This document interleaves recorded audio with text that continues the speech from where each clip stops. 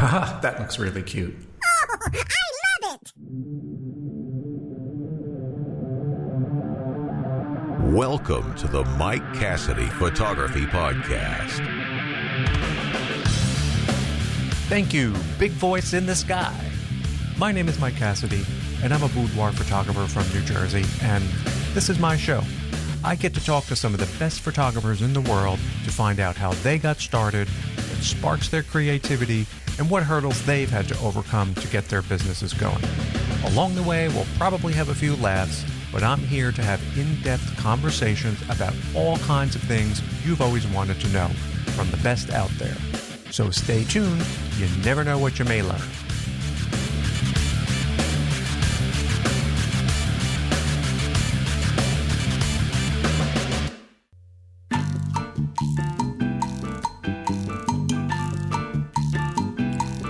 Oh, hello. My name is Michael, and I'm your neighbor. Welcome to the show. Welcome to mid-May. You certainly wouldn't guess it by what's going on outside in this planet Earth. It's cold. I'm in New Jersey, and it's cold. I think this is even going on all throughout the Midwest and other parts of the country. It's cold. There's going to be like lows in the mid-30s tonight. And for you Celsius types, I think that's like 1 degree Celsius, and it's May. You know, the news was saying, I think last night, that like this morning in some parts of New Jersey, there was going to be flurries. This weather is just strange. This year has been a strange year. And one of my quarantine activities that was non-photography related was I was going to teach myself how to plant some flowers. I was going to do that around the house. So I went out and I got some seeds and I bought some lavender and some other things. And I wanted to try to learn how to plant these flowers. So that was my project for this weekend. But I don't think so when it's going to be this cold outside, you know, and I don't have a green thumb to start, but something tells me planting stuff when it's in the 40s isn't like a great idea. So looks like my gardening project is going to be put on hold till spring finally arrives, whenever that may be. Is it going to be in June? Is it going to be in July? I'm cold, and I'm like actually sitting here in a hoodie, and I just want to be warm. I just want spring and summer to be here. Well, today's show is a good one. I got a chance maybe a month and a half ago. I'm kind of like losing all sense of time perspective in this quarantine lockdown to talk to Nino Batista. You know Nino. Nino is a model photographer, a retouching educator based out of the Houston area, and he's worldwide. If you've seen like a men's or lifestyle magazine over the past 10 years or so, you've probably seen Nino's work in there. You know, he's been in international Playboy editions, FHM, you name it.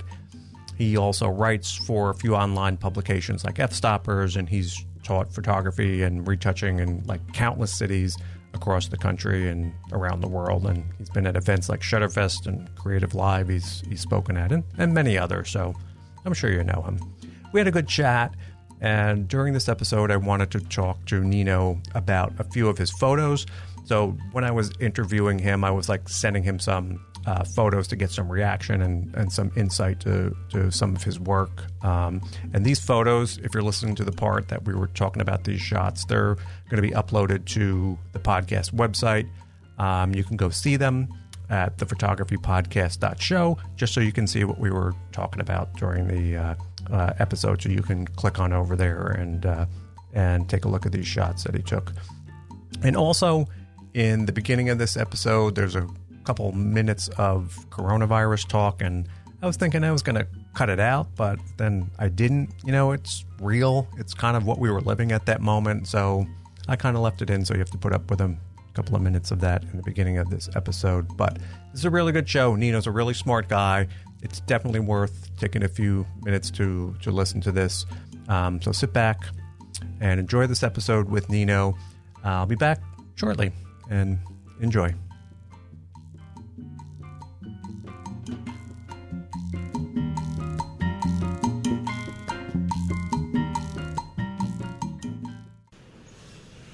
We are on.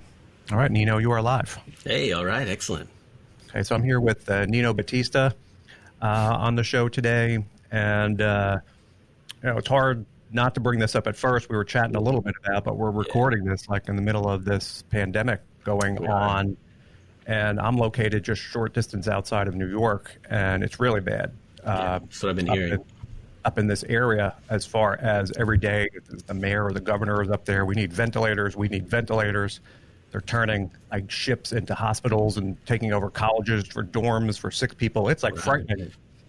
And it still seems like it's on the rise here. And I know you're down in Texas. Yeah. And so how has that been an impact down there so far? What's going on in that area? Has it really come that way yet?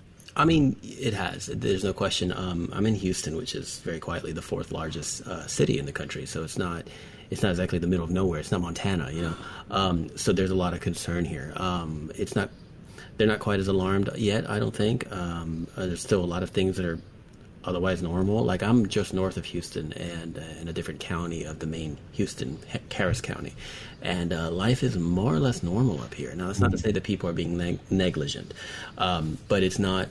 There's a lot of things closed, no one's going to work and all that. People are staying away from each other, but there isn't the, I guess, the severity of some of the other big cities. They're hit their full force. Yeah. They're not making people stay home. Everything we are absolutely asked to stay home. Everything is shut down. But everything is shut down. But I don't know that the fear has kind of. There's a certain like calmness here, which while appealing, don't get me wrong, it's better than panic. It hasn't hit here, and maybe it won't. I don't know what's going on specifically downtown Houston, but here about 25 miles north in the suburbs, it's pretty relaxed. Yeah. Yeah. And the strange thing about it, unlike, if it was a hurricane or something, you look outside your window and there's no, evidence of anything going on. It's all quiet. It's started to become to spring. So it's hard. It's a little bit of a hard thing to kind of grasp at first because, you don't see anything just by looking out your window that looks, differently. And people up here, it's still calm. There's way fewer cars out. People are staying in their homes, and you still have to go out to get food once in a while. The stores, there's nothing really crazy going on in the stores or anything. But you still, if you listen to the news, that you're just pounding away at this, and all it is about people dying, and stay home. So hopefully people take heed to that, and this wave washes over us here in the next 2 weeks or so. I don't think it's going to be any quicker than that. I agree. Once that goes down, it starts to hit the downslide there. But I wasn't sure if this is going like east to west or if it was starting all over the country like sort of equally. But it's shocking how your life can change in just like 2 or 3 weeks. This was something that was halfway around the world. Now suddenly people here are trapped in their homes. So many people lost their jobs. It's just a shocking change. Yeah, the hit to commerce and business, which doesn't seem like it should be anyone's priority, and I understand that it isn't. But the reality is that when all this is over and the dust settles, there's going to be a lot of devastated small businesses completely shut down. There's going to be a lot of people who got laid off, a lot of people who are needing help in some kind. There already are now, but it's getting worse. And sure, I'm speaking from personal side because as a small business owner, self-employed artist, I'm fully aware that what I offer is more or less considered a luxury. It's not even close to an essential. So right now I have no business at all. And that's not to say, oh, boo-hoo. I mean, luckily I do pretty well for myself, so I'm floating. But I can't float forever. So like I said, I don't want to be that guy who's bringing up money right now, but everyone's hurting on that front. And that's actually a really concern of mine because if it all ends and settles and most people don't have this virus and it's under control and there's people aren't, as fearful of dying. And once all that's settled, then what? And that's really what's going to be interesting to me because already a lot of people have lost so much. Right. So, yeah. And we'll, you're trying to look over what's going on in China or the rest of the world and how long was the main part of this? Is it going to be 3 weeks? Is it going to be 4 weeks before it starts to go down? And I guess it comes down to how long is that downslope. If it drops really quick and people feel safe to go back in and businesses start to reopen, or is that going to be a long, slow, where we could be into summer before things start to, and I guess that's the unknown and it's hard to speculate at this point, but you're right. And a lot of people, and I'm trying to get some people on, and I had some interviews coming up with people more involved in the wedding industry, say like wedding photographers and so forth. I know that's all been canceled. Every single wedding I'm now to, it's all been like sort of rescheduled or postponed. So it's a tough situation. Yeah, every single trip I had planned, I'm not a wedding photographer, but traveling is a huge part of my business, and every single trip I had planned is currently canceled, except for August and onward so far hasn't canceled because I had a few things going well into November. So far, those events and organizations have said, no, we're going to keep it for the moment. So at that point, it doesn't get any worse. Now, was it more these upcoming events more your call, or did you hear from these venues, or do you know that, say, places where you just did it for Corona? No, I actually, this year I've been really busy with third-party events that book me. And so they were the ones who made conferences the call. Yeah, they're the ones who made the call. Yeah, workshops, conferences, things of that nature, shooting events that I mentor at. So they made that call. But when I asked about some of the later ones, and so far, at least in midsummer onward, they're like, no, they're going to wait and take a little bit of a wait and see. Yeah, exactly. They're going to see what happens. And the way I see it is, if something in August is still canceled because of all this, then we have a very serious problem. So it's interesting how this is going to play out. And like you said, I know it's like the elephant in the room. We can't help but talk about it. But unfortunately, the vast majority of us, wedding photographers in general, artists, we're not considered essential when it comes down to it. So we're going to suffer a lot, and we have to get really creative on how to support each other as a community. Those of us who are floating like myself, maybe we can try to give something back. I'm going to try to do some question and answer, AMA, see if I can get some people some knowledge, no charge, to whatever degree I can, because, no one's booking me for anything. But there's people out there who have lost all. So I'm really curious to see how we, as full-time artists, my background is also musician, and I know plenty of people who are full-time musicians, they have no gigs. It's bad. So it's interesting how this is going to play out. We will not be the same culture and society when it's over. That's what I think. Yeah. And this is like a crisis that none of us have ever been through in our lifetimes. And like I said, the way it came on so quick, it was just a couple weeks ago you were out running around and everything was normal, and suddenly now your government is telling you to stay in your home, which I get. I understand that 1,000%. Right. You got to keep people apart because if you're not in clumps, this disease can't spread from person to person. So it's a lot to ask, and you do get a little stir crazy staying at home. Now I've been in my second week here, except for a quick trip to the grocery store, and I'm even reluctant to do that, and it's tough to get food ordered up here in this area too, because a lot of these delivery services are filled. You can't even get a spot, so you have to make that little bit of a run out to the store. You can see people are staying away from each other a little bit. No panic, like I said. Sure. But a little bit of it. What hit me not that long ago, maybe a week ago, when I was here, I'm either, it's kind of interesting. I'm either here at home at my desk right now, exactly where I'm sitting, or I'm God knows where. I'm somewhere else on an island somewhere out of state or something. It's always A and Z. I don't go out in Houston. I don't really have much of a social life, not because of, poor me. It's just I'm very busy. I'm here to work. So I stay home all day. Yeah. I stay home all day anyway. So right now my life hasn't changed that much because when I'm home, I'm home. The difference is I haven't gone anywhere in a month, and that's a little strange, but I'm home. So with that in mind, I'm not out of my element. I'm not trying to figure out how to do my job from my house. This is what I do. Second, leading up until this crisis, business was okay and it was doing good for me and I was in a good place. So I took it like about a week ago and I said, I'm not going to feel sorry for myself in this situation. There are people so much worse off than me.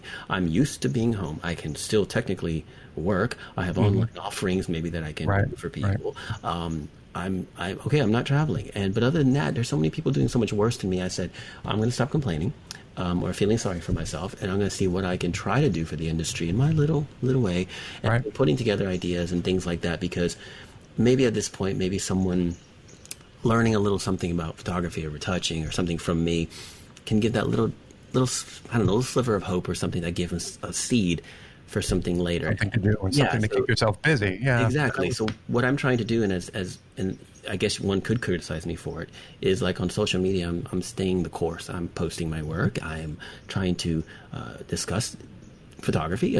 Discuss retouching, and try to talk about what's happening. I'm not playing dumb and I'm being naive to the situation, but I'm not posting articles. I'm not screaming about it all the time. I'm trying to provide some normalcy, if I can, because I'm grateful that I haven't lost all. And a lot of people already have. So I'm like, all right, so instead of me boo-hoo whining that oh, this all sucks. Well, it doesn't suck that hard for me yet. So I'm going to try to, again, stay the course and be positive for the industry and for people in general. I mean, for whatever that's worth, man, I'm not saying I'm a saint over here, but I'm trying to keep my chin up as best I can because do your little part. I haven't lost that much at the moment. So, Yeah, it's tough. And last week when I was talking to my friend Trevor, it's up in Canada, and he happened to be traveling down in Costa Rica on a vacation, and they were even shutting down in Costa Rica, and he was telling me he had to get out of there early because he was going to get stuck, down there, and, it's a global impact at this point. And so we were talking a little bit,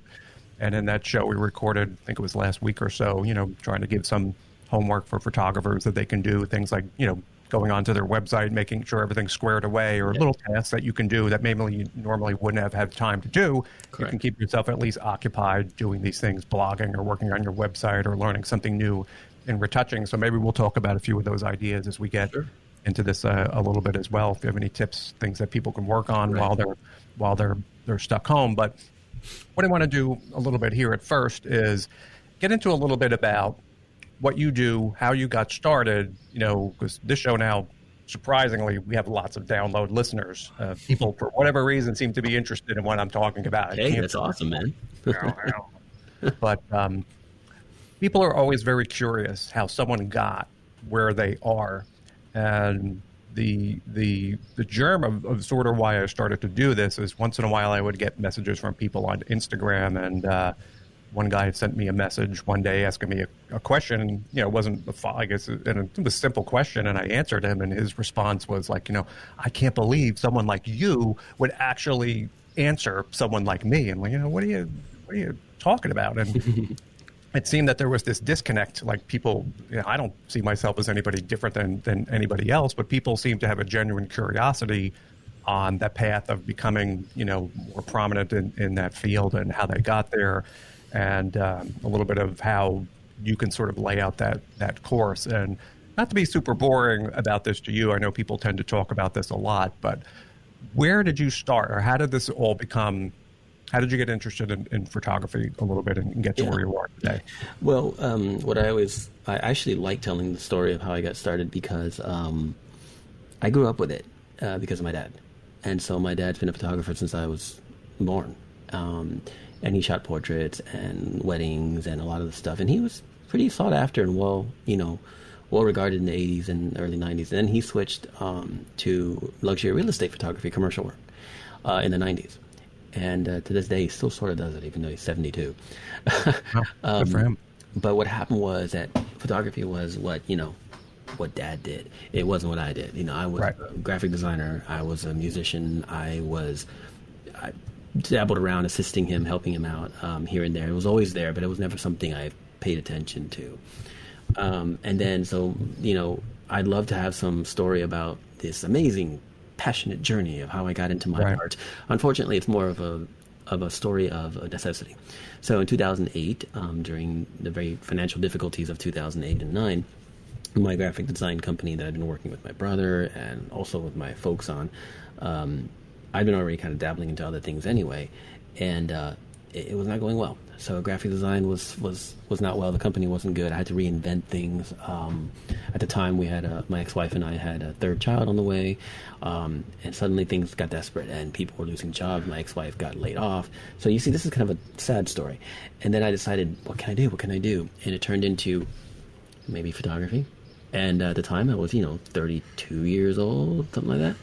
And so that's not exactly a young guy getting started on this new passion. There's a guy looking for something. But the good news is that where it becomes positive is that I had a springboard to get started, because I wasn't like, how do I do this? No, I didn't know what I was doing. My early work was crap, but you had someone around that could really help you get started. I wasn't going from zero. I borrowed some gear. He kind of looked at me like, really? Now? And then I ran with it, and I knew I had a certain standard to try to achieve because I wasn't going in ground up. I learned it was definitely a challenge, but it was born out of necessity. And then it became, I remember being about 34, 35 years old. And I went, where was this 20 years ago? This is like what I feel I do the best in terms of something that I can make money off of. So I was like, I finally discovered a career that's really for me, because I was a good musician. I was a good graphic designer, but I never got anywhere with it. So photography suddenly clicked, and I was like, "Oh man, I've been ignoring this my whole life." So it was a little bit of an aha moment there. Yeah. So by found 2000, yourself. exactly by 2011, I was more or less doing photography full time, and I thought I was going to be an automotive photographer because I was doing so many cars. Not, I don't mean with models, I mean just cars. Just the cars. Yeah. And I thought, well, this is the direction I'm going. I'm okay with that because I'm a big car guy. And I thought that's what I was going to do. And then by mid 2012, most of my automotive clients decided to go in-house and reduce costs. You understand? And so suddenly I went, well, now what? What's next? And so I was still shooting models regularly and posting and trying to get that started by 2012. I've been doing that for years at that point, and shooting bad, cheesy glamour, but trying my best, And then when the automotive clients dropped, I had some inquiries from social media where they said, "Do you ever give workshops on model photography?" And I said, "Sure, I can." And so I started in Houston in 2012, and I mean, like they say, the rest is history. I've done 200-something events since then, and education is my main career, which I can go on from there, but that's the basic impetus of everything, how it got started. I was looking for, as a self-employed guy since I was out of high school. I never went to college, never had a real job, tried here and there to have real jobs. It didn't last. It's finally, I found, okay, this actually finally works, So, yeah, that's my story. It wasn't like I passionately quit my job to follow my dreams in 1977 or something crazy. No, I needed to figure something out in 2008 because we had to make some money. And now, well, it was born out of necessity. But in your case, what was close to you turned out to be maybe the right thing for you. You got pushed in that direction. Otherwise, maybe you would have never thought to. That's exactly right, because I am actually incredibly passionate about it now. I took it for granted. I think back now, and I think about the times when I was a young child in the 80s, 90s, whatever, late 70s, and I think about seeing great photography, and I always would pause at an amazing image, and there was something in the back of my head that said, how did they do this? And it just took it for granted because Dad was a photographer. That's just what he did. And so for me, I love music. I still do. That's my number one art passion that I try to make a career out of, but whatever. So I always had those moments. I would look at magazine covers. I would look at the newspaper, and I'd always stop and notice photography. And I didn't realize that I was actually driven to it until my 30s. And here I am now. I'm going to be 45 this year, and I've been at this a little over a decade. And I realized, wow, I'm really, really passionate about this. So it was born out of necessity, but it helped me discover a real passion, if that makes sense. Yeah, and here's one thing, too, that you want to talk about. You're obviously super accomplished, and you have a great track record in what you're doing. And one of the things that you'll see now, this is going off on a little bit of a tangent here, that in the world of photography now, every other person is deeming themselves like an expert. Every single person is like a teacher or an educator, and most of it's really bad. So what does it take? I mean, or what are your thoughts on this? Have you noticed this over the past 4 or 5 years, that every single person seems to be selling themselves as like a teacher or an educator or a mentor? You've seen a lot of that around in that business too? Yeah, not only am I seeing it a lot around, but when I first started noticing that was the case upon entering the industry, because it's more now, but for reasons I'll get into, but it's still always been around. And I even inquired to my father. I said, hey, people are giving classes and workshops in town and this and that. Everybody has some. And my dad was like, they were doing that in the 70s. They were doing that in the 80s, He's like, I went to a few of them. They're a waste of money. They're a waste of time. And some of them were great and everybody was an expert. And I said, you're talking about 40 years ago. And he was like, yeah. So I started figuring out, because also as a musician, a lot of full-time musicians are not, Paul McCartney, duh. And so they find ways to make money to survive. And one of the ways is teaching lessons, right? Right. So every photographer, every artist wants to, it'd be nice to have a 45 weddings a year type of business, but if you don't have that yet, you've got to figure something out. So you're like, I get pretty good at something. Ooh, my friends ask me how to do it. Some social media posts, people go, oh, I wish I could do this stuff. Maybe I could teach it. Now, that impetus, I don't question. I don't doubt. There's nothing wrong with that. That's where I started doing it. But I think where it boils down to, where people can succeed in it, or more to the point where they fail at it, is a sincerity or lack of it. Because everybody thinks if you get pretty good at photography that you can give a workshop to make a few bucks. $150 a head, a couple locals come here, I show them a few things, I make $1,000. this is fish in a barrel. Right. But the couple of things that you discover immediately, the vast majority of people, is that teaching is hard. Teaching is often thankless because sometimes when you have the student who just gushes at you and loves everything you say and is writing on every one of your words, that's cool. But when you have the student who's difficult and questioning you and frustrated, and they need to be motivated, they're really grilling you, and they really want to know this, and suddenly this is difficult. A lot of people bail. They're like, man, this teaching stuff is too hard, and they're out. They don't care about the money anymore. So if you're sincerely like to engage with people, which I do, and you sincerely like to teach people stuff and watch them grow and advance, you have to be sincere about it, or I think you're cheating people and you're not going to succeed, bottom line. Yeah, and I think you're right. I think that maybe, and it just dawned on me, you were saying that maybe that's been there all the while, but now with social media you see it more because people are posting it everywhere, and it really has been in there. And the one thing that I see these ads, I think it's great to teach somebody. I think where the danger comes in is as a student, you really have to do your work and invest your energies with someone who really has a solid foundation in what they're doing. And I think you really have to be wary of the people who are selling like what's the easiest way to put this? Like when you see these be booked all the time, like they're selling a financial thing, how to make 6 figures a year doing this, because there's no way that they can ever promise or teach that. So I think the fundamental part is a little bit more safe. When you start to get into it, when someone's backing their class with money, that's where I think it becomes a little like shady. Exactly. They're going to make you a 6-figure photographer, or whatever. It's like, and what does that mean exactly? Like you said, at the end of the day, for me, if you're, how do I describe this? How do I put it? The sincerity aspect is more than just like you sincerely want to teach people. The sincerity aspect, it's not always about money. Exactly. The sincerity aspect also means that, for example, we have the world of YouTube today.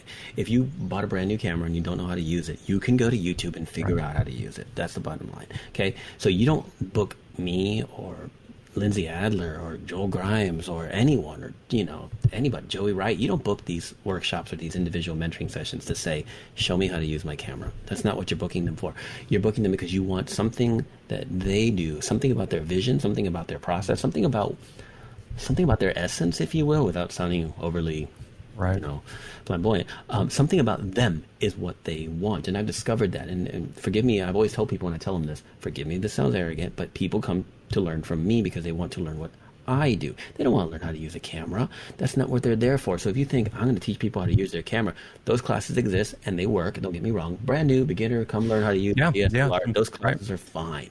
I'm not dogging that. But if you're going to do this in the long term, you have to be able to hopefully instill something in them that's more than just how to use your camera. And I, for better or worse, I've done that. So I think that everybody who tries to get into this and decides it's too difficult doesn't realize all the emotional investment involved, because I had become emotional over time seeing a student that showed up with a basic little camera and no clue, and a year later they're producing great work and run from, and I don't even hear from anymore. I just follow their work. And you just get that. Sometimes it's connecting that or bridging that gap. Yeah. It could be a small gap, but you can be there to connect those 2 points, and then the lights go on to them.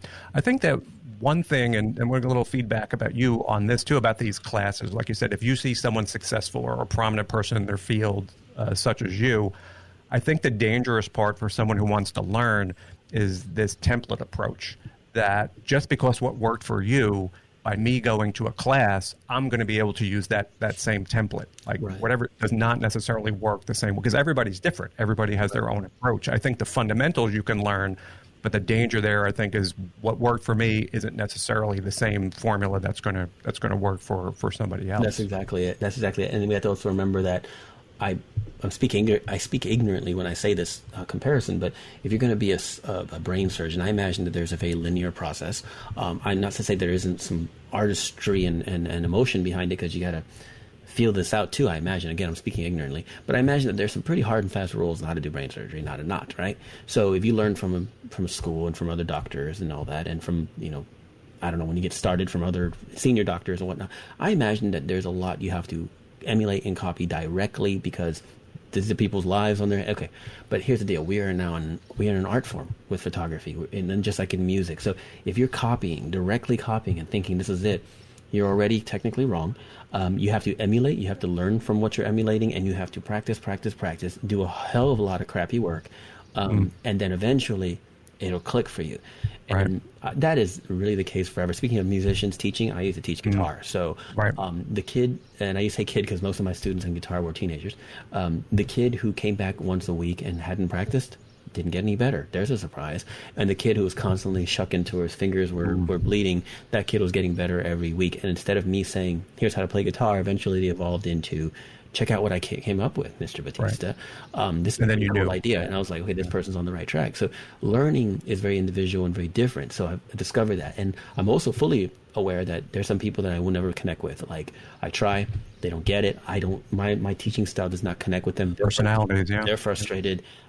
It just did not work that time. Mercifully, that's the few, not the regular. But learning style is so different. So when I finish a workshop, I am emotionally, mentally drained because I have to conform myself to everyone there. Like, someone asked me a question a certain way. Okay, where are they at in the context of this question, and how can I give them an answer that's good for them, as opposed to this person, as opposed to that person? And so I take my teaching very seriously, because it's almost like notches on a belt or something that person left happy and they're off to a great career because they're going to keep going. I didn't give them their skills. Like you said, I bridged the gap. I gave them a spark, maybe. That's what I try for better or worse. It's been a few years.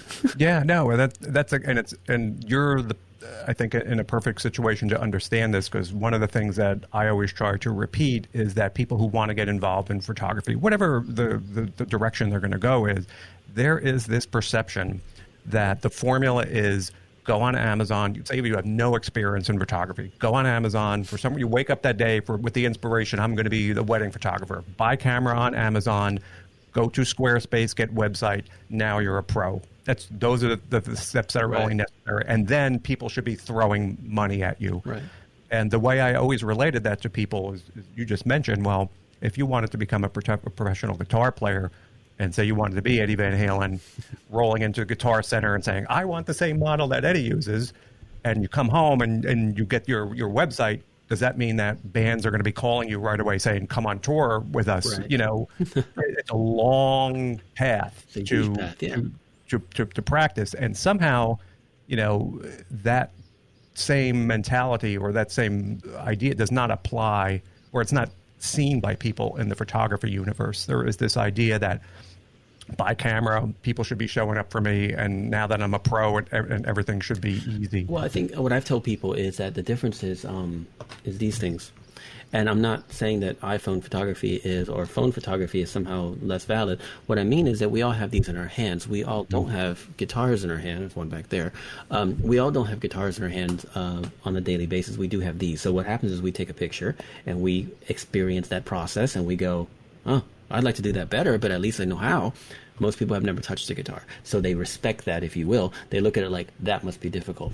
But the camera, well, it can't be that hard. I take pictures all the time on their phone. Now, I don't actually fault people for having misconceptions and starting out and having delusions of grandeur. I don't fault that. What I do fault people on is when they don't get past that. When 6 months has gone by, when a year, 2, 3, 5 have gone by, and they still have this idea that because I own a camera, I'm good. That's the problem. Starting somewhere, sucking, thinking that what you're producing is amazing when it is. Self-awareness is important. Exactly. And so understanding, okay, my art is not actually working for me. I'm not satisfied, and it's not working in general. What can I do to be better? And, of course, the answer is practice. So I don't fault people for sucking at first. I fault people for staying that way and lying to themselves, because I don't care if there's bad photographers out there producing bad work. It doesn't affect me. But you're not going to be happy yourself. And you're always going to have something itching at you like, I never get better. What are you doing about it? You know, that kind of thing. Yeah, and also, and relating this back to guitar again, the people who really start to excel are the people who are locking themselves in their bedrooms after work or after school and practicing and doing all of that work. It is a lot of work, and I think a lot of people fall by the wayside right there, because most people, you know, you can tell them exactly what to do. It doesn't mean they're gonna do it, and that's where they find out, well, this isn't really as fun as I thought it would be. But for those few people, for whatever reason, like with photography, when you find yourself sitting at 11 o'clock at night staring at photos going, how the hell did they do that? I really want to make a photo like that. And then you realize, wow, here I am sitting in the middle of the night trying to figure out how somebody made a particular photo. You find out whether that is your passion or your desire, and then, very few people, I think, are able to move through and continue. I think on a lot of art forms, photography has, apart from the cost of the gear, photography has a very low barrier of entry because you can buy a camera and produce an image today. You cannot buy a guitar and produce a song today. It won't happen. Right. You need weeks or months to be able to play anything. So the barrier of entry on musical instruments is very high. The barrier of entry on photography is low. So there's a false confidence that happens quickly. And I will say openly, I did it too. Not only my dad was in it, but I had camera, and how hard can this be? I could figure this out. I bought equipment, therefore good. And that I learned very quickly. I was almost like embarrassed that I thought my early stuff was good, and I want to get over it. And I was like, this is terrible. I think this is good. I'm embarrassed. And I was psycho devoted to figure out, how do I do this? How do I get something that's good? And I remember that feeling. But again, I think that's why there's so many people entering the photography field, because you buy a camera and you can produce a picture. And self-awareness, like you said, is a big thing that a lot of people don't have. It's sitting down 6 months or a year later after you've taken 5,000 photos and you're looking back at some of your older things going, maybe that's not quite as good as I thought it was 6 or 8 months ago. And that's self-awareness, I think. And that, and not everybody can do this. Not everybody can connect these dots and say, well, what do I need to do to get to this next level? Or not even that, just see it. Sometimes in their own work, they can't see these mistakes or know, Right, and what happens is, I read an article once that, you take everything you read on the internet, you take lightly. But this article made sense to me. And it said that a lot of times as an artist, they were talking about photography specifically, but I paralleled it to every art form. You look back at your first year work, right? Let's say you've been at it 5, 6, 10 years, whatever. You look back at your first year work and you go, ooh, well, apart from the fact you didn't know what you're doing, so the work is probably not that great. The other aspect is that your eye, ergo your brain, has evolved. Your artistic brain has evolved. So you see things differently now. So what you used to see as great because you didn't know any better, now your brain has evolved, and you go, oh yeah, that's really not cohesive. That's not well produced. Doesn't have any flow to it. Right. you see what's wrong with it because your brain changed. Especially if you stuck to it. Right, and it's work. And I want to relate this a little bit to what you do in terms of model photography. I think, with a big chunk of guys, the first thing that they do if they want to start taking photos of models. Yeah. For whatever that seems appealing, it seems like, I'm going to get these women in bikinis or whatever, and start to do that. The truth of the matter is, like, model photography has a really bad history in terms of. I don't know the right way to put this, but there's a lot of bad model photographers. Oh yeah, or guys who act inappropriately or doing it for the wrong reasons. What do you think it takes to sort of push through that and to rise above and to start to get known and to start to be seen as not one of these people? Well, I'm going to go back to my other word earlier, and that's sincerity. You can be sincere in your desire to photograph beautiful women. Artists and male artists have been venerating women in art for millennia. That in and of itself is not wrong, in my opinion. But if you're, what is your intent? What is your actual goal? If your goal is, I like hot chicks and I like taking pictures of them. All right, well, you know what? You should probably just own that, because at least that's going to, you're going to be able to accept what that brings you. How about that? You don't have to be critical of others. You don't have to be overly condemning of men who like pictures of pretty girls. Because there's you have to. How do I put this? You have to straddle the line. I am fully, sincerely okay with sexuality as an expression. I'm okay with strength and beauty of a woman in a strong, sensual, powerful manner. I think that if it's done with that kind of sincerity, then it's okay. I have no fear of sexual energy and sexual visuals. Everyone has a different threshold, which we can talk about later. Someone's pornography is someone else's art. Right. But again, it goes back to sincerity. What are you trying to do? Are you trying to create something beautiful that may be sexy, but beautiful with what intention? And I think that and then I have to tread very lightly here. Yeah, I understand. I'm in the same universe as you with boudoir and women. So I've got to tread very lightly here, because I can tell when a gentleman has come to a workshop of mine, and he's, for lack of a better term, one of those. They have been at this for potentially even 20 years. Yeah. And their only point in life is, can I point a camera at pretty girls? Nino, can you please stop talking? I don't care about what you're talking about. We want to get to the photo. I want to take pictures of pretty girls.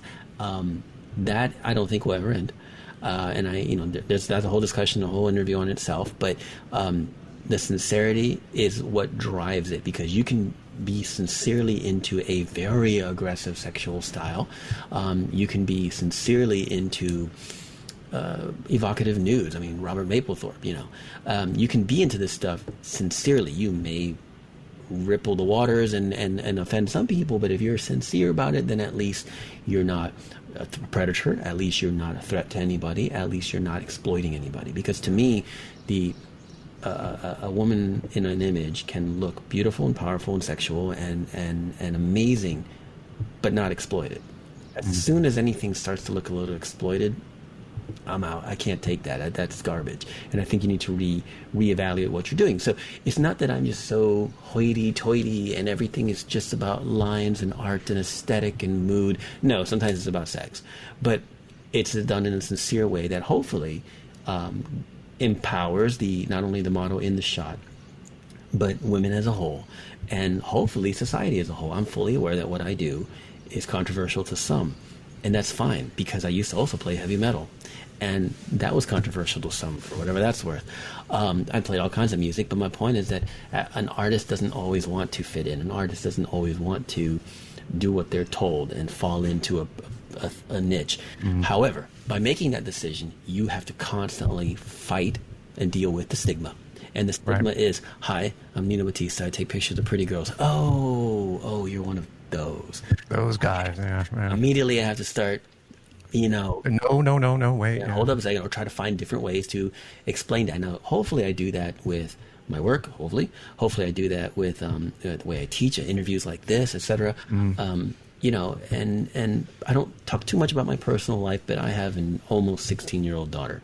That right there makes me so profoundly aware of what young pretty girls have to deal with in this society as it is. So there's so many people out to get them, out to exploit them, out to use them, out to unfortunately hurt them. It's a sick world. They have enough of that trash. And here I am saying, oh no, but I'm different. That's not an easy task sometimes. Yeah. But I almost feel, and this is going to be a real stretch here, but I almost feel like it's an obligation or a calling, if you will, to give these models an opportunity to, because it's not like I'm certainly not the first one, but in this world of 10,000% more models than 10 years ago out there, give them an avenue to explore what they want to do with their beautiful work, their sexualized work, whatever it may be, not in the usual gross way, if that makes sense. That sounds really, really hoity-toity right now, I know, but I just don't see it ever changing. So I just have to be that guy. Well, there's plenty of others, but I have to be that guy who doesn't do that, but has to carry that burden of the stigma. Because that cross, yeah. And as far as you mentioned earlier, that you think there are more women trying to get involved in the modeling now than there were. Absolutely. 10 years. Absolutely. Social media has got what it does, what social media, the internet in general, in my opinion, has done. It hasn't caused any more of anything. It's just allowed people to express it more in a platform. Every subject in the world, we don't want to get into sociopolitics right now, but every subject in the world, people go, such and such is on the rise. No, it's just that people can talk about it more now. So, I think that there's a lot of young girls, mostly girls, but also young men, and all ages actually for both genders, who not only had wanted to do it, like I would love to do that, but they look at social media and they realize it's normalized. Yeah, people criticize it all the time, the Instagram model. And so many people are online posting photos of themselves. So there's some normalcy to it. So it's like, well, maybe I can do that. Maybe my dad telling me that if I do that, I'm a whore. Maybe that's not true. Maybe, you can actually do this to, again, to varying degrees of sincerity and success. There's exploitive stuff. There are models who self-exploit and photographers who do the same.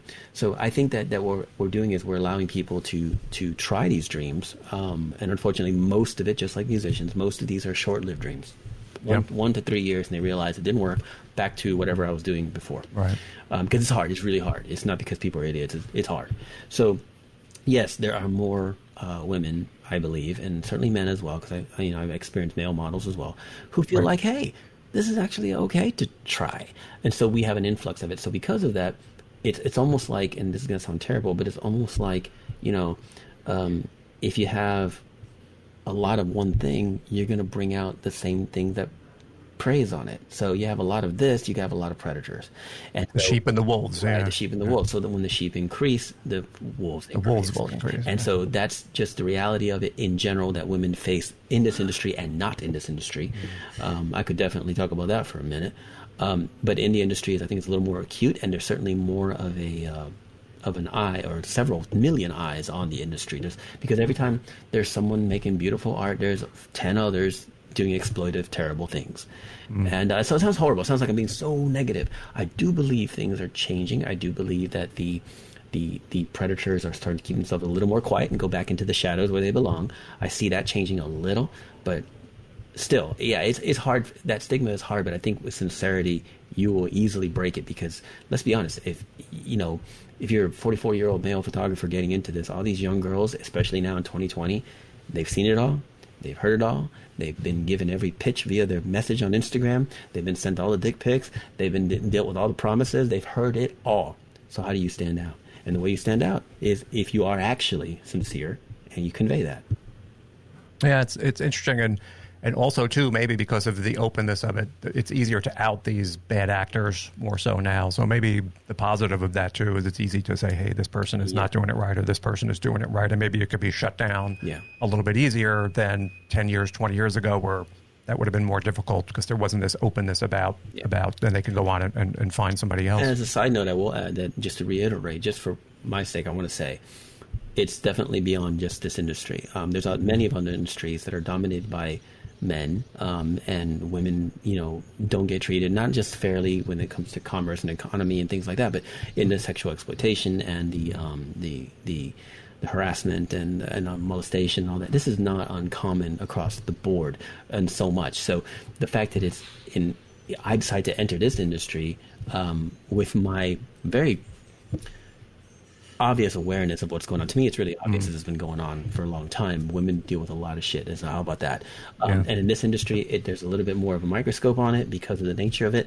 But I think if anything, we can use that, maybe like you suggested, to out the problems a little bit more openly and to empower those that are in it, because there is a lack of respect. You shoot girls for a living, then you're just a perv.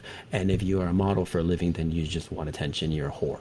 You think the women are more aware of is there more awareness now that this is a possibility, or I think that's always been aware with these women, that they're always a little bit on edge walking in and knowing what they're getting themselves into? So we have two men here on a podcast trying to discuss how women feel, and obviously we don't know that. Yeah. But what I will say is that I'm fairly certain that all women know what it's like to be a woman and the harassment they deal with. I mean, you might think, oh, well, if you don't want to get harassed by men, don't become a model. You can get harassed in a corporate office. Right. You can get harassed at the gas station. So it's not just about the decision of what career you made, it's the problem in general. Now, I do think that, and maybe it's because I have teenage children all born after the year 2000, and I see their age group, and I see their friends, and I see them as well. There's a refreshing sort of there's a reduction, I think, in the overall bigotry and sexism and hatred in this generation. I'm hoping anyway, because that's what I'm seeing with my kids and their friends. They almost look at it like, sexism? Then what the fuck is that? Do we still do that? They almost look at it like it's crazy. Like, no, we don't care if you're gay, male, female, black, white, orange. These teenagers don't have that. So I'm hoping, cross my fingers, that this new generation, which I call the post-millennials, are going to lead us into a new direction. So anyway, yeah, I know we're getting on that tangent, but it's undeniable. It's the elephant in the room in this industry, and I feel strongly about it. So I don't try to pat myself on the back like I'm so great, but right. It's a tough thing to deal with, and I don't think it's ever going to go away. We'll change direction here a little bit to an easier, maybe an easier topic to talk about. I don't want to make this so deep and dark down here.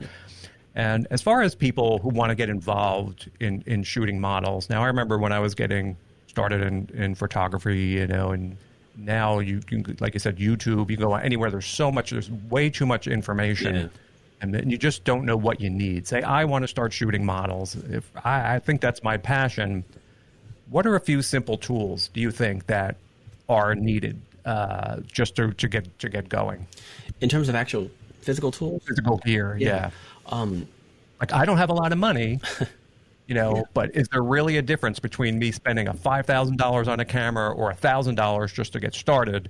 Because that's one of the things people sort of struggle with. Do I need the most expensive strobe lights, or can I just get something used? And what do you recommend to people as far as if they want to get started, what basic items they may need? Right. What I've been telling people, and that probably has changed a little bit, but what I've been saying for years is that ballpark, if you want to get into model photography, ballpark about $1,000 of gear, roughly. And how you spend that is interesting.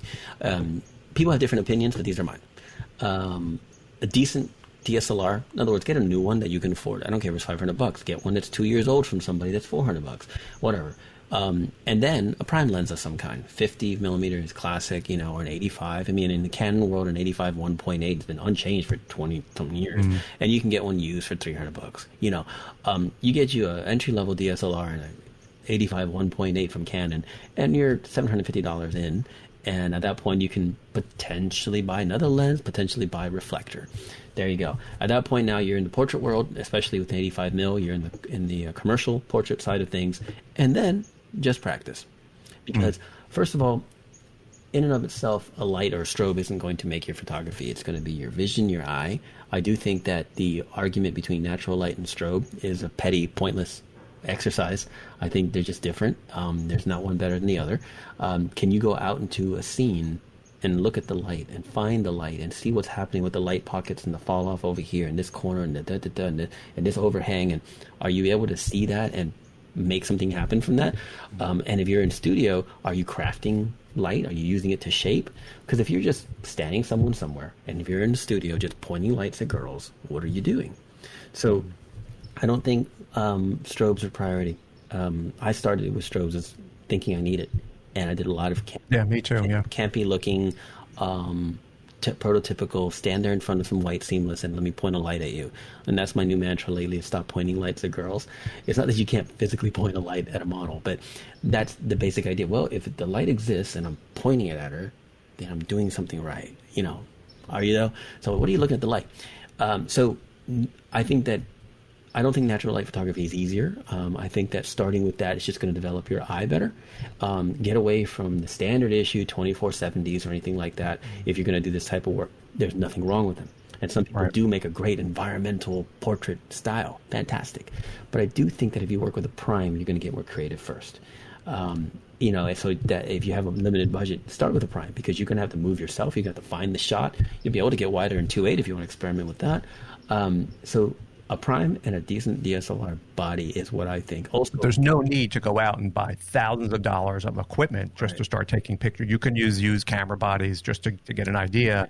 There's no need to go out and buy the most expensive strobe lights. That's not going to make a difference at that point. Correct. When you're first starting. The only thing I would say to avoid tech-wise is the kit lenses, because the kit lenses not only are limited in terms of everything about them is limiting, but the lack of a fixed aperture, maximum aperture, and all that, and so the overall quality, they're designed for vacation lenses to take pictures with your friends, not for portrait. Right. So if you do get a DSLR kit that has a kit lens, just put it to the side and keep it there in the shelf for a minute, and then go get you a prime to get started. Now at that point, it can evolve in any direction depending on what your artistic eye wants, and you might end up getting a 14 mil. I don't know, but start with a 50 or an 85 and a DSLR, and I think just go play. Lots and lots of play.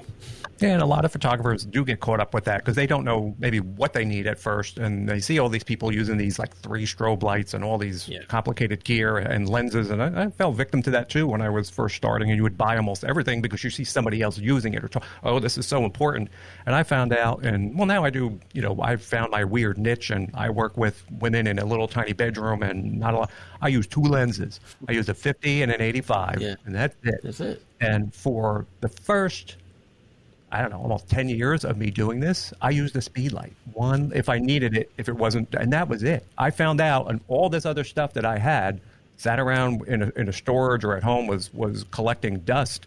And I think one of my things, don't overbuy. Don't buy things you don't need at first. Sort of keep your gear minimal and just maybe add things on as you find you may need it. Like, what are What are your thoughts on that? No, I completely agree. In fact, I can draw a parallel.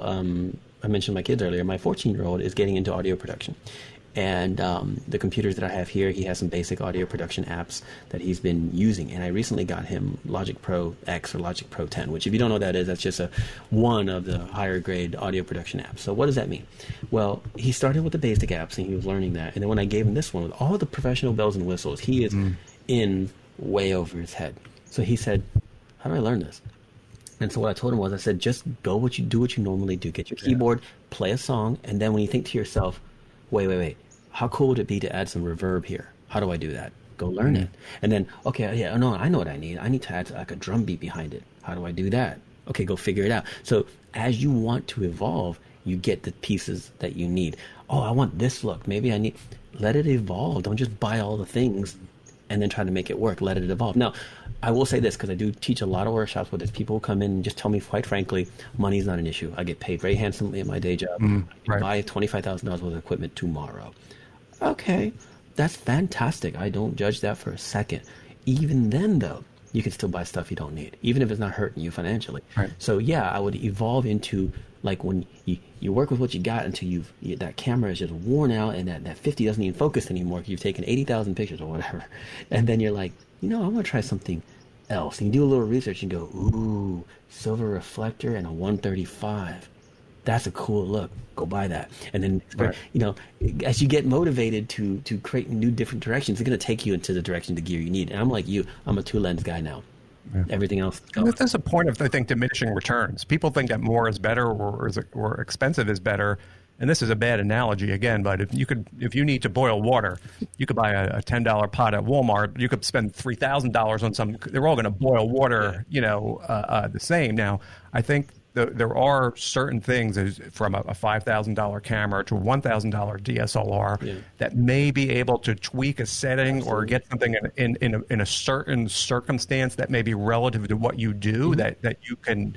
But the basics of it, the camera isn't going to change the quality of the photo that you're getting any more than, you could buy an expensive oven isn't going to bake a cake any more than a basic oven. And I think that's one thing that it's hard for them to grasp at first, because there's so much information, there's so much gear out there, and a lot of people saying you need this, you need this, you need this, you need this, and trying to sell things. No, that's another thing I remind people, and I've written articles to that effect. I was like, without making them sound like they're manipulative, camera companies need to sell gear or they can't stay in business. So every year they have a new update, and this is the next, you need this, oh my God, you need this. Their advertising has to make it sound like this is the next thing. And sometimes it just isn't. All right? It just isn't. But I agree with you. Another thing, too, is that in what I do, which is very deliberate, set up commercial shots of models, I have very limited requirements of equipment. I'm not in extremely low light. I'm not capturing action. I'm not capturing events. I'm not usually in inclement weather, things of that nature. So I don't have extreme requirements. If it focuses well and has a good sensor, I'm pretty happy. I don't have any extreme requirements. Now, a wedding shooter might be like, look, I need low light performance. I need a focus system that can lock in on stuff.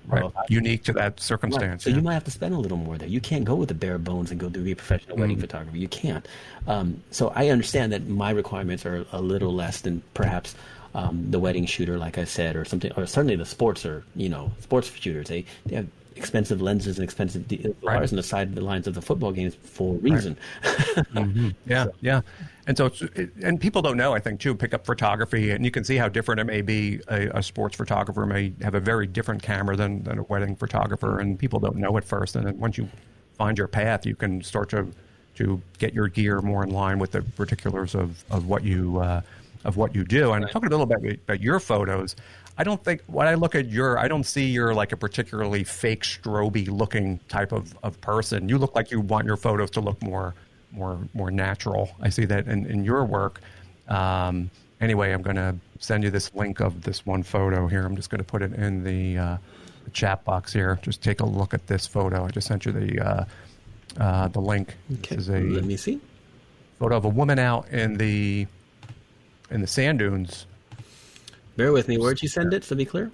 A little chat box on the side that should pop open. Oh, there it is. And if it should open like a Dropbox photo. Dropbox photo. Okay. Yep. That'll be Danielle in the great Amargosa sand dunes in Nevada near the California border.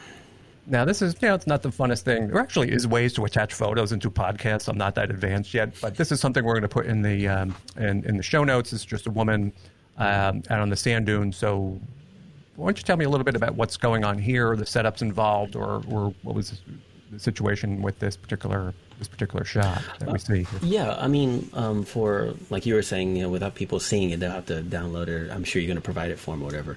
But this actually came up, or rather, the subject that I'm about to bring up based on this image came up the other day because someone messaged me on Instagram asking a question about a similar image. And they said, question, this is clearly in the open sun. I said, yeah. And they go, how are there no shadows on her face? And I said, because there was no shadows on her face, without sounding like a jerk. It's about finding that angle. It's about trusting the light. In other words, looking at it and going, what can I do with this? Open sun is something that it's difficult. Especially beginning photographers, portrait shooters are told to avoid. And then, of course, commercial shooters and fashion photographers for decades have been like, are you kidding me? Open sun. I love that. It's one of the greatest looks. So that's what this was. This was going to the sand dunes and deciding, with the sun in mid-afternoon, was a little angled, but not directly above. And I'm like, well, I can go with the sun or against it. Backlit for that kind of hazy drama, or with it for that strong look, And so that's all this was. This is as simple as it gets. Find a spot that flatters the light on your subject and work with that. Now, if I wanted that angle backlit, sorry, that scene backlit wasn't going to happen right then. No one's moving the sun. So anybody there with scrims or anything, or is that just all just out in the sunlight? This was completely. We had all kinds of gear. It was a group of us, but this was 100% not modified in any way. It was just me and her. And it's one of my favorite ways to shoot. And the best tip I can give you on the technical side that I tell people about shooting in open sun with models is always shoot a little bit under to protect your highlights, because you're going to have a wide range of contrast. You're going to have deep shadows and strong highlights. And if there's any specularity, shiny skin or specular outfit or something, it's really going to pop with that highlight. So always shoot a little bit under. I don't mean 2 stops, but shoot a little bit under, and then in RAW you can pop it back up and your highlights will be in check, right? So this also has a certain amount of retouching involved in it too, but it's not like it looked like garbage out of camera. So I think a lot of times natural light, especially hard sun like this, comes down to, are you willing to see it? Are you willing to see that it's there? Or are you going to fall into all the things you were told not to do? Because this, I think, is the opposite of what anybody who doesn't know about photography may think. They may think being outside in the sun is going to be the easiest place to take a photo because there's light everywhere. But I think in the reality, this is really one of the most difficult circumstances, especially because the light is so harsh. It's so direct. You have really harsh shadows and so forth. I mean, would you agree there? It's not a beginner type of situation where you want to take somebody out to the desert and start taking models. Yes and no, because if you brought, Elle out to the sand dunes on a sunny day, it's going to be hard to take a bad shot. Because the location's amazing and she's amazing. Now, if you think, well, I saw a shot of a model, a beautiful blonde in lingerie out in the sand dunes in the California border, I saw that in open sun, so I'm going to try that in my hometown with my buddy in open sun in the park. You see, your aesthetic is so different now that the light may not work for it. So context and how you approach it, but still find the angle. Look, what's the sun doing? Where's it coming? This way, over there. Okay, coming from behind me, so I can go with it or against it. Maybe I'll wait half an hour for that particular shot so it can move a little bit more. Look at what the sun is doing. The sun does what it does, and you have to conform. So you have to look for the shot. It's a good shot. It's a good example of that type of work. I sent you one more link there. I'm not going to do too many of these. I just wanted to get your thoughts on two or three of these pictures. So the second one here, and let Nino click on that, is a little bit different of a scene. It's a beach scene. Yeah, this is in Hawaii. Like it's somewhere tropical. Yes, Oahu, Hawaii, yeah. So this is one of the very few times I've ever done a sunrise shoot, and that's kind of what you're seeing here. This is not at the very beginning of sunrise. I have some from the set that were right as it was cracking the horizon, but this is shortly after sunrise, maybe 45 minutes after sunrise. So the light is extremely directional, very, very warm. So this is, again, just straight sun. Now the sun was coming obviously from behind me, so she's in a little shallow pool here on the beach. If I wanted, at least at the beach that we were at, if I wanted her with the absolute Pacific Ocean behind her, and that one sub-island that's off in the distance that we had, then I'd have to go against the sun. I wasn't about to be able to move it. It's where it was. So what do I do? Okay, I want to sell the scene, right? Am I going to put her up against a brick wall in Oahu? Is that why I came out here, to shoot her like I did in my hometown? No. So how do I reflect where I'm at? Okay, we have a little pool here. There's some rocks behind her, mountain back there.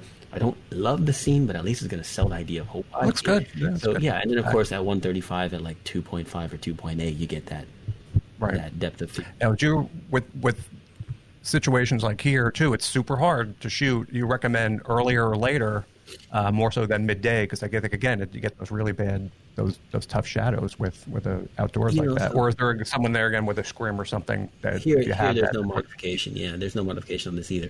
The lower and later light, in other words, sunrise and sunset, not literally at the very end of them, the very beginning, but sunrise and sunset. Yeah, because when you have more of an angle, subject and angle, you can have the light straight on them, or you can be behind them. When the sun's right here, unless the model's looking up, you're going to have dark eyes. You can work with directly above, but you're limited in terms of your posing and your aesthetic and what vibe you want.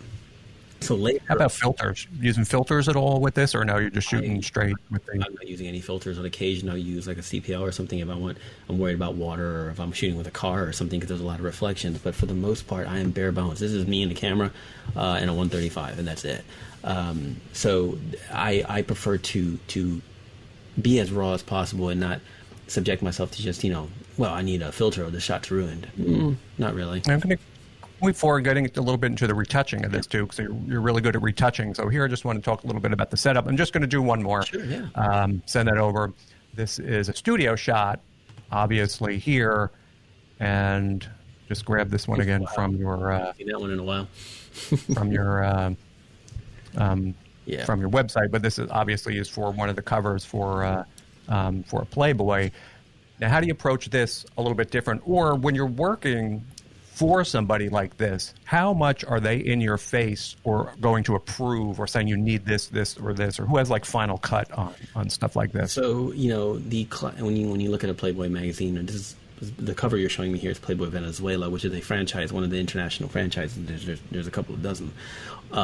The classic era of magazines in the 80s and 90s and before that is very much art director, staff photographers, It's changed a lot now. So now there's a lot more independent, just like, what the internet gives everybody a voice almost. Now we have a lot of independent photographers, independent artists, independent models, and quasi-independent franchises. So while the Playboy Venezuela, which is now defunct because of everything that's going on in Venezuela, the Playboy Venezuela and others are franchises who are overseen by Playboy USA, but they're independent. Now, with all that said, in this case, they wanted her, and they said, we want to feature you on a cover. We want to do this Christmas cover, and a pictorial inside. Who do you have for it? She got some recommendations, and one of them was me. And they said, well, we approve his work, so make it happen. And their idea was, send us something, and if we like it, we'll publish it. And so that was the mission. It wasn't someone saying, here's what I want you to do. It's submit and see what we got. And this was almost 6 years ago, maybe 7 now. So this is my first Playboy cover. And it was done in studio in a giant production facility in Dallas that I happened to be doing an event at. And what I told her was, I'll be in Dallas that weekend that you need it done. She was like, no problem, I'll go to Dallas. So she did. So I had this giant production facility, and that is an enormous white cyc wall where I shot her.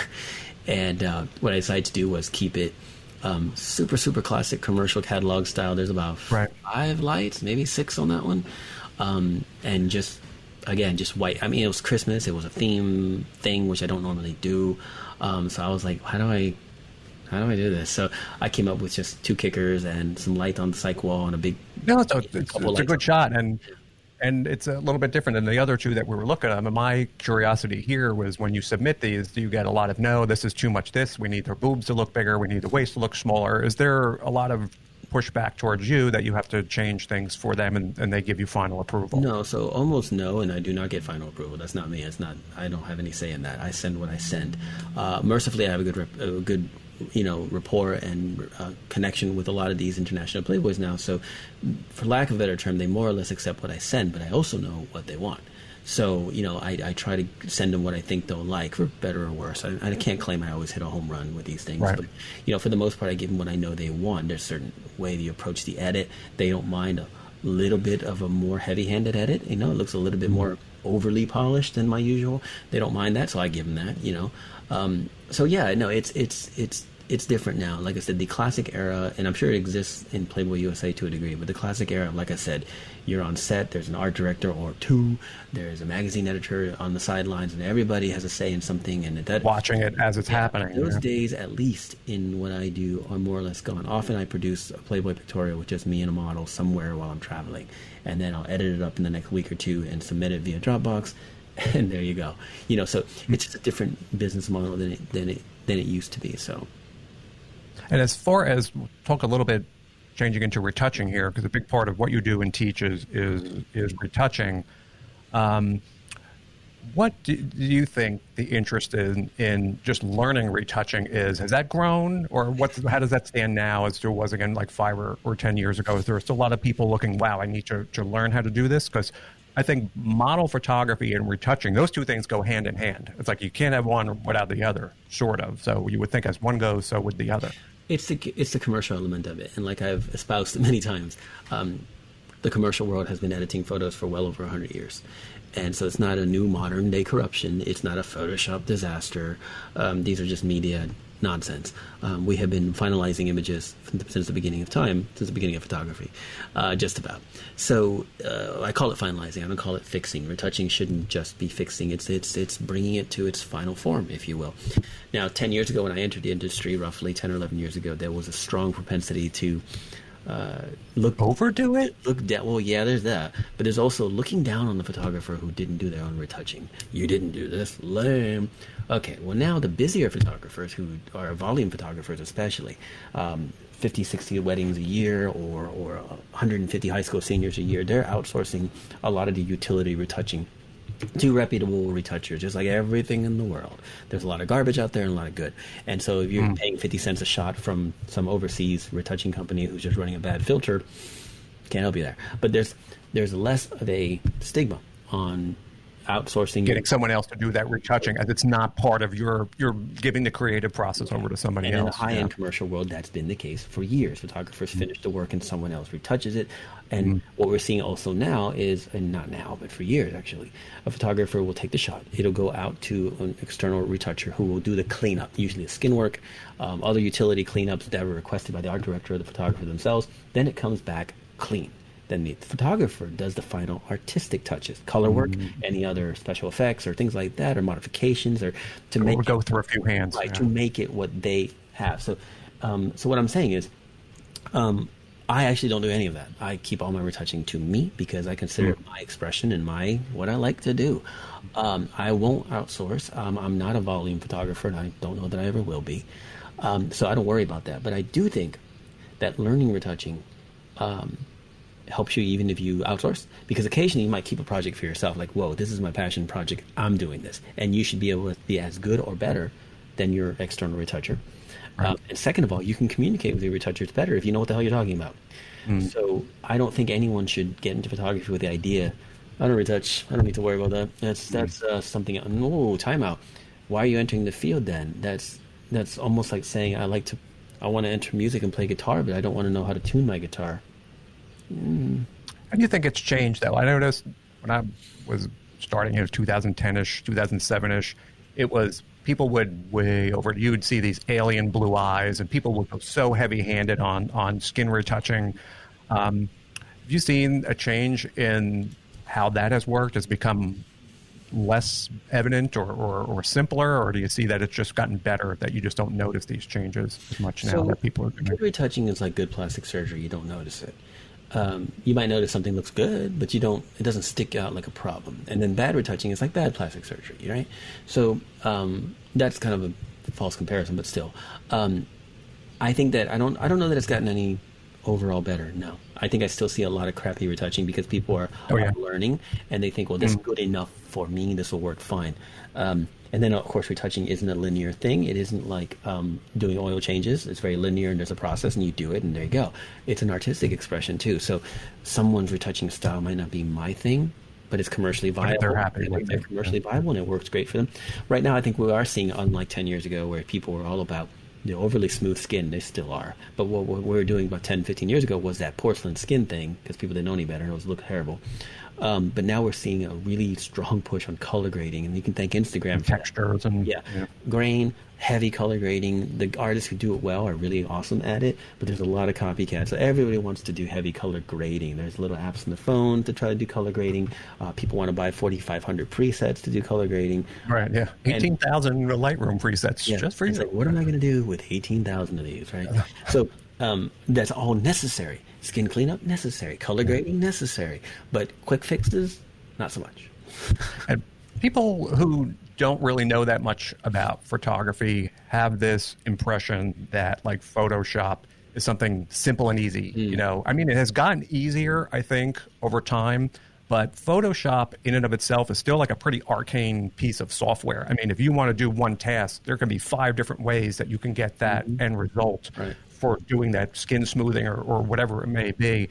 And for your person that's just starting in learning photography or wants to get involved in editing, how long do you think it takes for someone really to get into learning this process of glamour editing?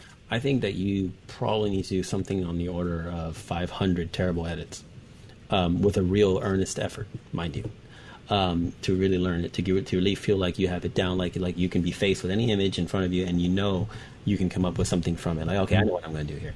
But of course, study. You got to study your methods, but you got to practice, and that's the bottom line. Good retouching is not, whether you use a stylus like I do, or a mouse or tablet or whatever you want to use, it is an art form. It is not, like you said, it's not linear and it's not simple. It's not simple. It's not simple. Yeah. So you have to practice. So you have to do a lot of shitty edits, and I hate to say it, but you just do. I certainly did, and you just have to be okay with that. Like I struggle, Nino. I spent 5 hours in this image. It just doesn't look good. And I'm like, abandon it, move on. That is over. That ship has sailed. Get on to your next project and keep practicing. You know, what are some common mistakes that you see people who are just starting, like they overdo, or some common errors? Well, obviously, especially in glamour and fashion, it's glamour, skin too much, too much smoothing, or utilizing a plugin that smooths skin too much, too strong, and not leveraging it right, etc. But those are the pretty common ones. But I think that a really, really excellently shot image with a little bit of retouching beats a crappily shot image with a lot of retouching. It's not going to save a bad picture. Like you said, you're only going to be able to do so much. If it's not happening, you just let it go. So and it's the farm to market thing. You have to start from the beginning. You have to get the shot done right. First of all, there's vision, right? You have to, what do you want to see in your mind's eye? Then you find a way to capture that with the best way possible. Light, angles, whatever composition. You have to capture it. Then you bring it in, and then you have to think about the raw processing. What does it need for that? What do I want it to be? And then the tedious little cleanup that you won't want to do. What is your vision? What is your look? So it's a full process. So the biggest mistake I think I see in retouching is people rely on it too much. Right. But at the same time, they also think they want quick. Like you said, if I have Photoshop, if I'm paying my $20 a month, my picture should be good. Same exact thing as camera equipment. So it starts with a good photo, and that's really more or less the icing on the cake. Like, where do you start when you get home, loading up your photos? This may not be the same thing every time, but where do you start? Like, what's the first thing that you look at and say, "Ooh, this is where I have to start my retouching on this on skin or eyes," or what's the contrast? Well, first of all, I always put all my photos into Capture One. That's the first thing, and then I'm one of those people that I can't do shot selection until I've done a little bit of color correction and exposure correction if I need it, things like that. So I'll get an image as much as I can in Capture One, which is like a Lightroom for those who don't use it, with the, get the white balance right. I get maybe a little bit of color shifting here and there, maybe, I don't know, exposure, highlight recovery, whatever I need to do. And then once I get the sets at least somewhat okay with color correction, then I can sit down and do shot selection. And the reason why I'm mentioning shot selection is that I think that people trip on more than people will realize. There's many times when I work with a student and I go, I love everything about this shot except the shot. Can we look at the rest of the set and see there's another one? And we look at the rest of the set and I'll find one that I'm like, see? And then they'll usually will come back and go, you're right, that one's amazing. So it's that beginner phase, again, not really knowing what is good. Yeah, you'll be like, oh, but that the eyes are closed, so it's dramatic. No, it looks cheesy and she's standing awkwardly. Use the other one. Eyes closed don't mean dramatic. Oh, but the hair is really pretty. Yeah, but her arm looks like it's broken in half. You know, the shot selection is also a skill that I think is underrated.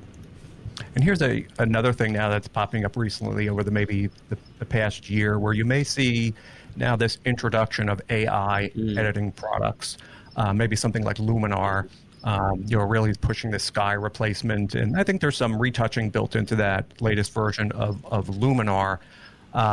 What kind of impact do you think that now, obviously, if you can click one button and fix up a sky, that was a lot of masking. It could take a long time. There are benefits to something like that. So what are your impressions of something like that? Do you think that one click like AI will ever be able to replace all these hours of somebody going in and doing something manually? I think there's a possibility of for lack of a better term, what we've seen a lot of, even in the last 25 years, let me just say this real quick. I've been on Photoshop since 1991 as a graphic designer. So me and Photoshop, we go way back. We have a long history. Yeah. Before I was doing photography retouching. So I'm very familiar with what Photoshop can do, and I've seen it evolve from the most rudimentary, silly little thing to what it is today. And there's a lot of, for lack of a better term, AI that's come with that. There was a time where we wanted to do a block of text with a drop shadow on it. It was an enormous process. Now we type some text and we choose drop shadow, and we've been doing that for a while. So things evolve and get easier. I don't see any of these new tech and this AI tech as bad. I see it as a potential for, like, if I had a way of saying, hey, Photoshop, mask out every bit of skin on this image, even through the wispy hairs and everything, mask it all out, and you're going to do it perfectly with a 90%. You know what? Do it. I want that mask because I can do so much with that. Saves time. Yeah, I have no issue with that.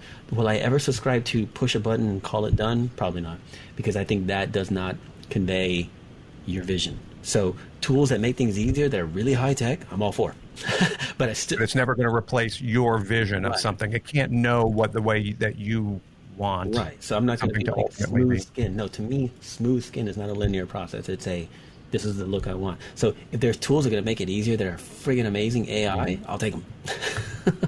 Yeah, and that's a good point. And for someone like me, and when you are working with a lot of photos, the retouching part is really the time suck. It is. And so if there is something that can cut that down for you, I'm all for it, without, again, losing that sense of this photo is mine and this is my. You totally compromise yourself. And as a retouching educator, I also tell people per project, like if I have a collaboration that I've been planning for 2 months, I execute it and I want it to be perfect, I might spend 3, 4, 5 hours an image. Whatever. That's my passion. That's what I want to do. I will find a way to do that. But if I'm doing a project that's, you can full well do it good enough, knock it out, it's going to be fine, he or she will be happy, it's over, that's fine. Pick those battles. It doesn't have to be 5 hours per shot. And how about people, your new students or people coming in with you, and this ties into something I mentioned a little bit off air before we started recording, an article that you had written on f-stoppers, the gist of which, and I'll put a link to this article down in the notes on the show, that you can't get stuck. The basics of this article you were saying is you really can't get stuck in what you've always been doing because it's always worked. You have to be open to new ideas. You can't discount people who may come into a workshop and say, well, Nino, look at this. I'm doing it this way. You can't go, no. You have to be open to because things change and looks change, and locking yourself into one way because you've always done it that way can really shut you off and really limit you, and you can't evolve with the time. So how does that come into play when you're seeing students or working with new people learning Photoshop? Well, I think that, again, I'm going to draw parallels to every other art form. Whether we do the art or we experience it, music is the main one. A lot of us, we are mostly passionate about the music that we first discovered as a teenager, for example. We're blossoming into independent thought. We're blossoming into sexuality and all that. So this is a very sensitive time of lots of emotional influx. And the music, it varies, but the music that we discover, whether it's something that someone showed us or it's on the radio, do people listen to the radio anymore? Podcasts, I think, and Spotify. Something. So we often find ourselves very, very passionate about that music. So a lot of us get old and we go, all the best music came out in 1982 because I happen to be 12, so therefore. Okay, I get it, but to completely discount that no good art is coming out, no good techniques, no new methods are coming out today, right now, last week, 10 years ago, To discount that would be a mistake, but to acknowledge that some things aren't as good as they think they are. So yeah, that article, I know the one you're talking about. It was kind of a rambling article, like I am now. But the essence of it made a lot of sense. You know what I mean? It was something about, just don't close your eyes. You've got to be open to these new ideas because time is always moving on. You're right. Even though the Doors may have been great, just only listening to the Doors for the rest of your life, there could be a lot Foo Fighter, a lot of new bands out there that are just new, and Right. don't get yourself. And you shouldn't arbitrarily listen to something because, well, it's new, I guess I better. No, but really give it a chance. And of course, in this day and age where there's so much information out there, so much photography, there's so much to potentially discover. But yeah, I hear you on that because just because I entered the field in 2008 or 9, like we said at the beginning of this talk, it doesn't mean that everything that I figured out from 2008 and 9, those first couple of years, that's the standard right there. Anything else is garbage. What? That's just what I was doing at the time. And I sometimes will go through my phone on Instagram, I follow a lot of photographers, and I'll just be like, wow, that's amazing. It's nothing like I do at all. And I'm like, wow. I actually get that feeling more than, what is this modern garbage? I don't get that feeling as often as, ooh, I'm behind. Yeah, a lot of photographers, they're very catty towards each other. I'm not that way. If I see something, I'm like, wow, I'll like the photo or send a little note or give it a little thumbs up. Like this is really, really good. I think you do have to be open to that. Or you're just you need new ideas all the time and inspiration. It's nice to see how other people work and what they're doing. Not that you're going to copy it, but you never know where that may lead you. You may add something else onto that. It may. Yeah, and like I mentioned in that article, I think what experience doesn't always beget better art, which is subjective, right. I know. But what experience gets you is the benefit. Usually, a properly experienced artist has more flexibility to adapt to many different situations. The newbie, the 22-year-old photographer right now, producing incredible work on Instagram, blowing my mind, quite possibly, does what they do and they do only. And you give them a different scenario, they don't have the experience. Yeah. And that's not because they're morons. It's because they're very good at what they do. Often, when we're 25 years in, or in my case, 10 years in, you just be a little more flexible and a little more diverse in what you're capable of handling. I've experienced many young photographers who the scenario is not what they normally shoot, and they're like, whoa, I'm in way over my head here. And to me, I'm like, yeah, okay, all right, I try to remember where they're at. Anybody who's new. But youth is interesting because, as a father of teenagers, youth is interesting because they have something to prove. They will go above and beyond. They will get those figurative blisters on their fingers. They will go crazy because they are so excited and they have something to prove, and they will make the mistakes and fall on their face and keep going because they're passionate. Jaded old guys like me and far older kind of have this, well, I know what I'm doing and you young kids don't know. Well, guess what? You didn't used to know, but they have something you might not have right now, and that's an explosive passion. And the key, I think, for me is to not lose that passion. You need to be the excited 14-year-old sometimes and just go crazy to do it because you just want to. Just try something new.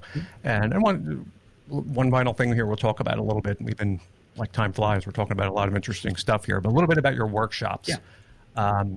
You're traveling around the world. I always see you all around islands, nice places I wish I was. Who's usually the person that's coming to one of these workshops? So talk a little bit about how these come together. I want you to promote this sort of a little bit, and a little bit about what this goes on. If I'm signing up and I'm coming in to do this with you, what's sort of the agenda? What am I going to learn? And what's sort of the flow here, and how deep do we get into or is each workshop more focused on one individual element, or is it more of each one covers everything more in general? The most thorough answer I can give you is that it has evolved over time, because I've been giving workshops for about 8 years. And when I first started, it was all exclusively studio stuff, and it was me just showing what I do. This is what I do. Hope you like. Let me know if you have any questions. And then that evolved over years into where I was hosting a lot of shooting events. And that includes, me booking models, talent, and a location. And because I'm using my resources for that, then everybody signs up, and that's the business model there. I'm using all my resources to create a shooting experience. That is not uncommon. Those things are everywhere. And so I did that for a time, along with the occasional educational workshop. What my new initiative since the end of last year is to go back to what I started on, which is fully educational, hands-on, immersive workshops, but with a very, very strong focus on vision and philosophy and goals and execution, and less about gear. Most people, to the tune of 99.9% of the people come to my workshops know how to use their camera to a certain degree. No one goes in there going, where do I push? Almost nobody. Okay. And so I realize now what people want is they want to be inspired. They want to be validated. They want to hear that someone who's done this for a while, makes mistakes and has to learn and practices. What is their approach? It's more abstract, but still very, nuts and bolts as well. I do talk about light. I talk about the gear. I talk about the equipment. I talk about that, but it's more about the vision right, rather than the technical aspects exactly. of it. I really make my workshop small. I don't believe in like 25 people and a big crowd. I've given those, and I do those at conferences, and that's fine. But mine are going to be 6 to 8 people, maybe 10 of the venue's big enough. I want everybody to have access to me. I want to be able to ask those questions and say, Nino, real quick, and I can come to the side real quick. What do you got? And I ask them some questions, and hopefully I have an answer. I want to have accessibility to me. One of the most common feedback I've ever heard over the years is I went to this workshop by so-and-so photographer, and no, I'm not saying any names, but I went to this workshop by so-and-so famous photographer, and it was 3 hours of them talking about themselves. And I'm like, that sucks. So people don't want that. It's like they're there because they like your work. They're there maybe because they respect what you do and they want to learn from you. They don't want to hear about you. They don't want you to talk about how this amazing experience. If they ask, I've done this and this and this. If they ask me about an image, I'll tell them how I made it, sure. But I'm not like, let me tell you. Let me start from the beginning and tell you why I'm so amazing. No one cares. They want to be inspired and they want to create their work, So the general philosophy of the workshop this year, before the world ended, was the goal is to shoot a lot, to learn from what you're doing.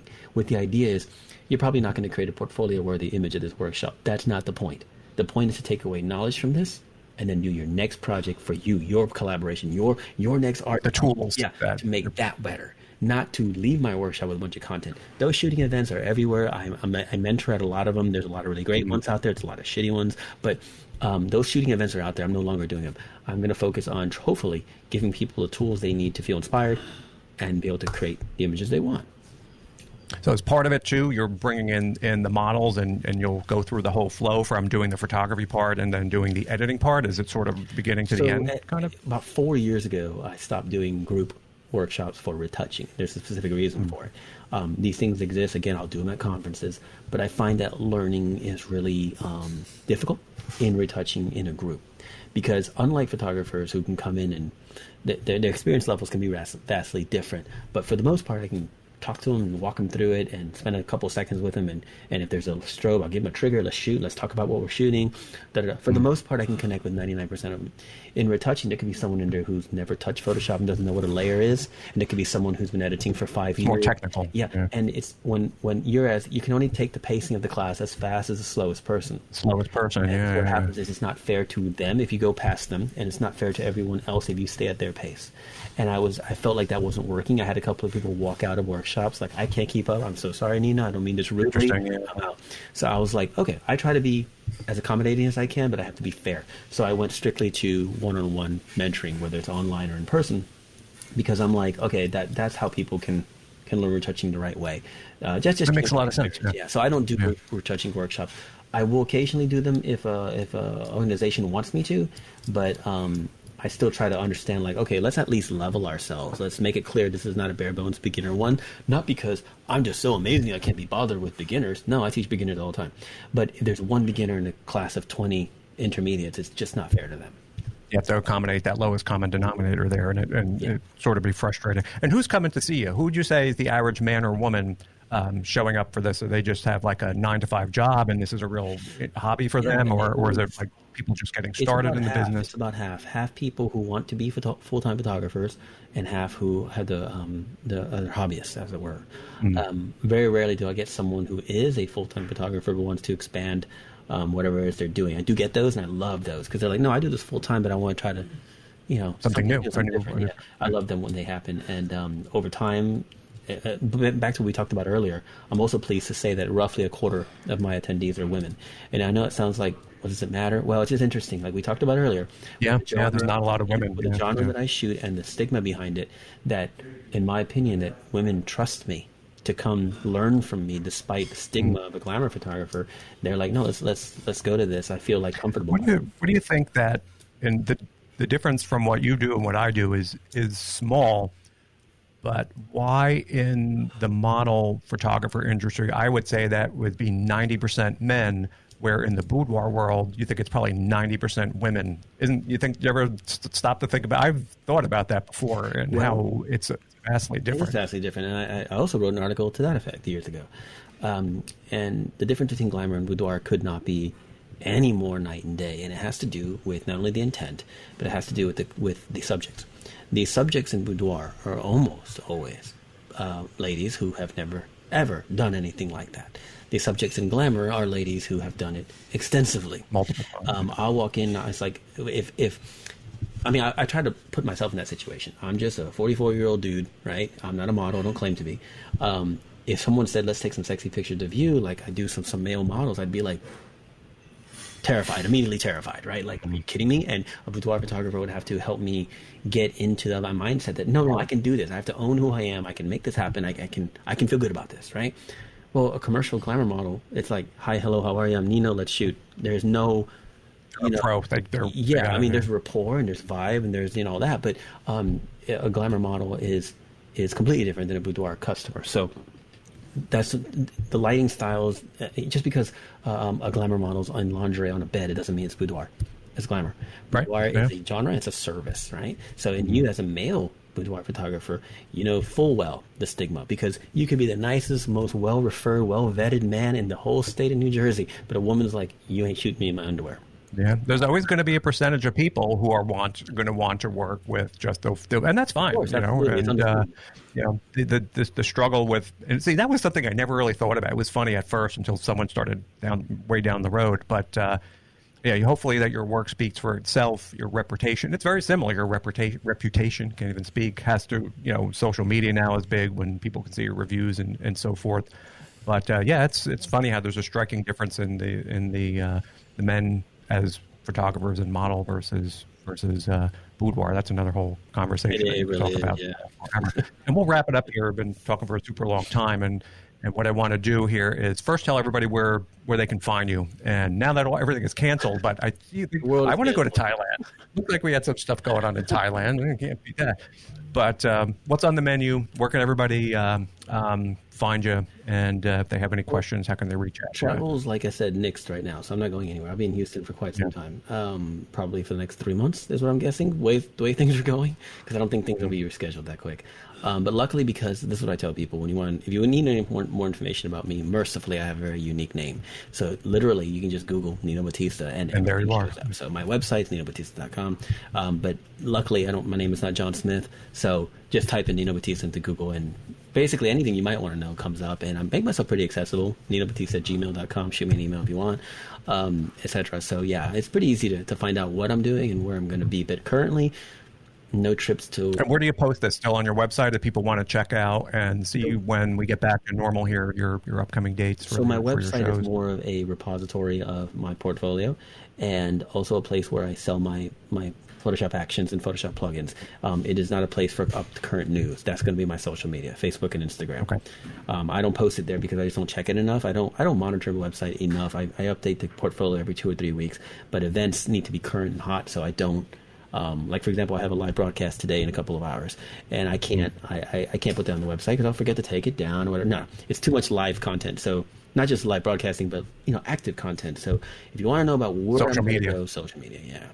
You're all over the place, Nino. And then your presets, which are great. I've taken a quick look at all that stuff as well. They can get all that information on your website. Tell real quick what's involved in the presets or what you got for people. So the presets specifically are the Photoshop actions. We do have those. There's 3 sets, and they're pretty cool. And there's a video on every single action on my YouTube.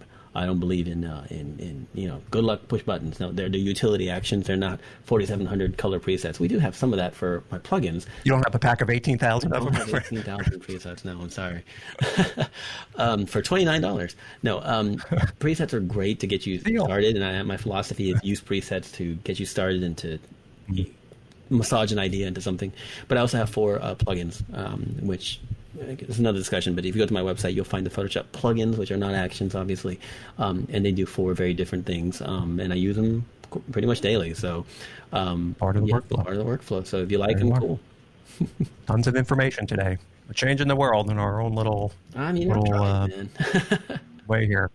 So it's good to meet you. It's nice to talk to you. Like I said, I've been following you. I'm creeping on your Instagram for years now, and it's nice to get to talk to you. Thanks for taking the time. I know you're really busy coming on the show today, and hopefully we'll have you on again in the future. Okay, excellent, my man. I appreciate you having me out. It was a lot of fun.